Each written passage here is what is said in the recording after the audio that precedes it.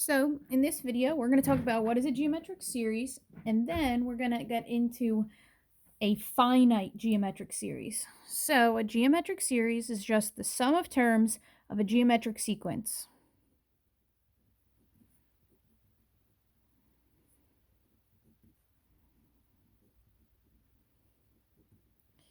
Similar to what we just went over with arithmetic series. But with a geometric series, we actually have two types. We have what's called a finite geometric series, which means that your sequence ends, and we have an infinite geometric series, which means that the sequence doesn't end. Now, remember, series is when we're adding up all of these terms in a geometric sequence. So when you have a finite geometric series, that means you have a specific number of terms that you're adding up. When you have an infinite geometric series, that means you have an infinite amount of terms in which you have to add up and get the sum of an infinite number of terms in a sequence. So what we're going to do right now is just look at the finite geometric series. So what we're going to look at in this video is a series that has a start and an end to it. So this is not going to be any type of geometric sequence that goes on forever.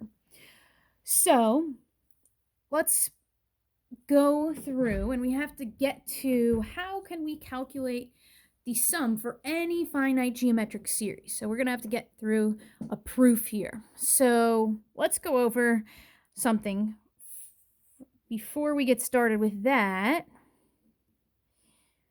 Okay, so I just put down a geometric sequence, okay? And I just want to point a few things out. We can see it's a geometric sequence. We keep multiplying by 2. And I'm going to call this first term here A. And then we would multiply that by 2. We would multiply that by 2. We'd multiply that by 2. So R here, the common ratio, is 2.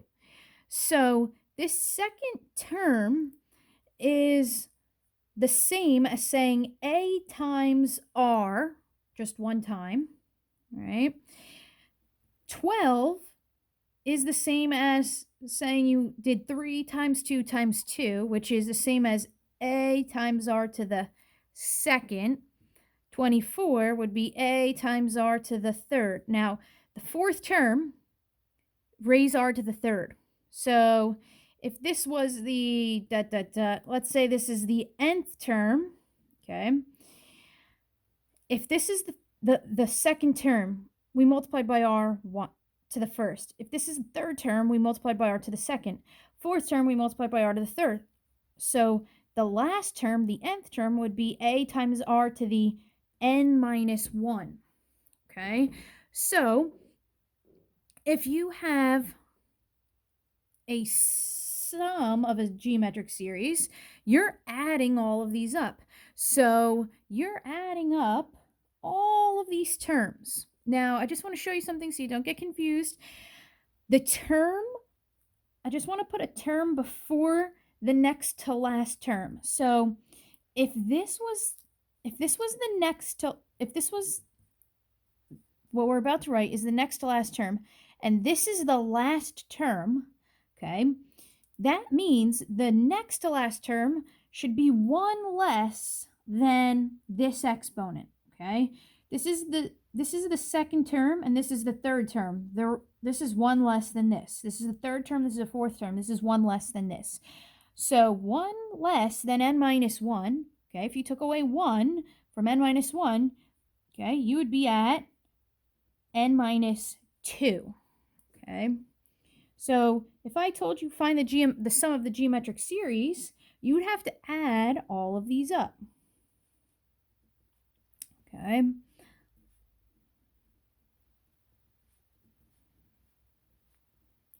So this would be the term in the last position. This would be the term in the next to last position, term in the first position, second position, third position, and who knows how many terms are in between.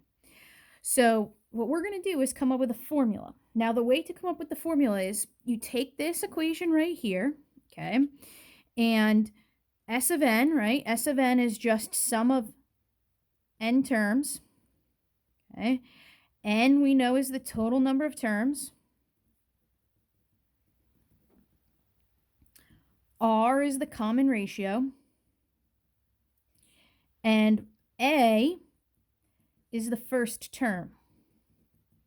So now we've got all of these letters defined here. And so what you do is you take this equation and you multiply both sides of the equation by r, okay?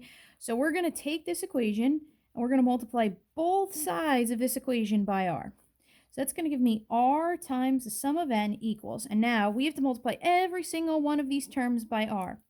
So a times r is going to be ar, which is the same as ar to the first. Now if we multiply this term by r, that's going to give us r to the second.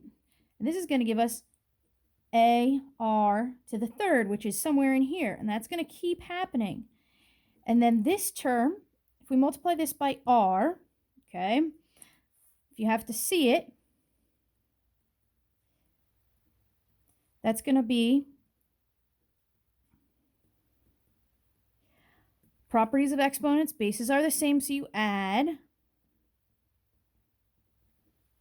So that's going to be a r to the n minus 1. So this term right here, when you multiply it by r, actually becomes a times r to the n minus 1. And this term here, a r to the n minus 1 times r to the first, that's going to become a r to the n minus 1 plus 1. That last term actually becomes, when we multiply by r, a times r to the n. Now, what we're going to do is we're going to subtract these two equations. So we're going to do the sum of n equation minus r sum of n equation. So we're going to subtract these two sides of the equation. So if we look, the second equation doesn't have an a term, but everything else cancels. That's starting here, okay? Not I shouldn't have said everything else. A times r to the first has a canceling. A times r to the third is somewhere in here. That cancels out, okay? A times r to the n minus 2, that's the term before here. That cancels out. This cancels out. So the only other term that I actually have that's still available in this equation that doesn't get canceled out is a minus ar to the n, and they are not like terms. So all we have here is that two terms there. Now if we do some factoring, okay, the common factor on the left-hand side here is the sum of n. If I factor out the sum of n from these two terms, I get 1 minus r. I can factor out on the right-hand side a. I get 1 minus r to the n. Now, this is getting to the formula for finite geometric series. So I want S of n isolated. I want to know how to calculate the sum of a finite geometric series with n terms. So I want S of n by itself. So I divide both sides by 1 minus r. And here's my formula.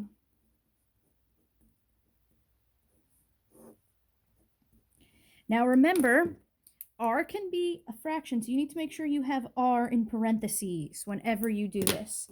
So this is how you find the sum of a finite geometric series.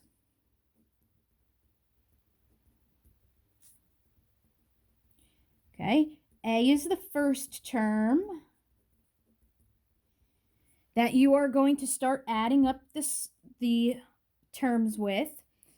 R is the common ratio, and n is the number of terms in the series. So a is the first term in the series, r is the common ratio of the series, n is the total number of terms in the series that you're calculating the sum of. Okay, so now let's do some example problems. So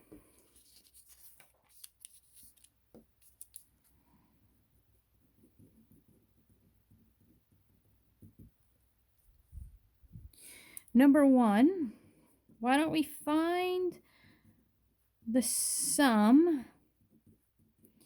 of the geometric series with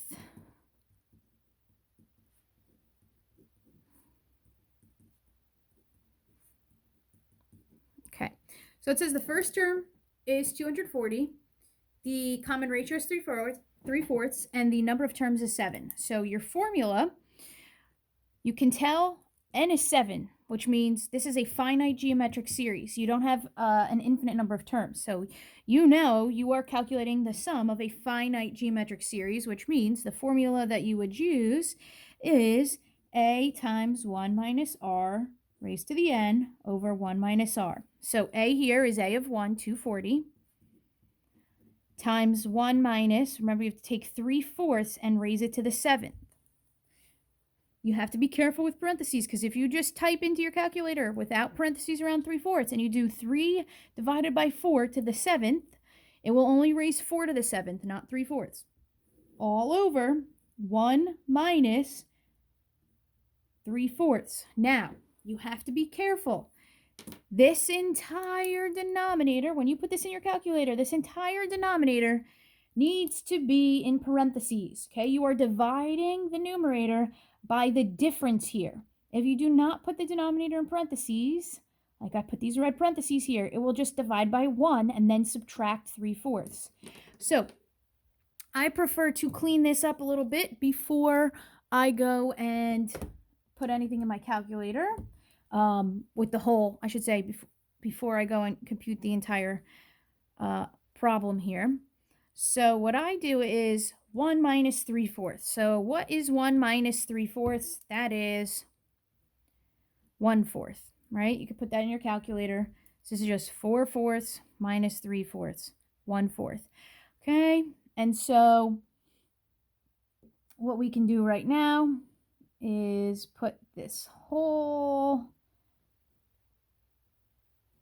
expression in our calculator, and it's going to give us the sum. So if we put this in our calculator, the way you should put this is put the whole